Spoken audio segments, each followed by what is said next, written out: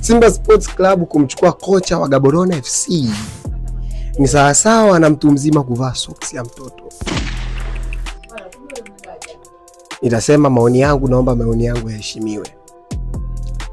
Simba Sports Club kukaa na ule kocha kwanza hatoshi. Simba Sports Club naweza nikasema ni lack of research, ama ni poor attempt, ama ni unexpected attempt kukutana na kocha kama yule. Sijui ni kitu gani sana kimewashawishi Simba ku approach kocha yule. Maybe ni kutokana na mechi ambayo alipokea kutoka Gaborone FC, mechi ya marudiano ya CAF pale uwanja wa Benjamin Mkapa, but you can tell by one match to tame a coach. Simba Sports Club ni kikosi kizuri sana. I appreciate the squad. Usiongelee performance ya mtu kama Rushen Derrick, ni back lakini ana magoli mawili ndani ya mechi 3.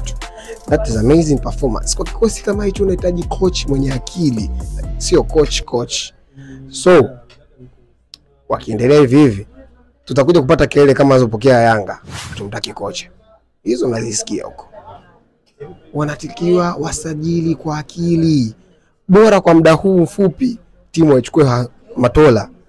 Tusubirie dirisha dogo la 12 tunapata kocha mzuri. Hela zitolewe, alete kocha mzuri, kazi itafanyika. Halo, Simba na kocha wa Gaborone ni socks ya mtoto mdogo kuvaliwa na mtu mzima.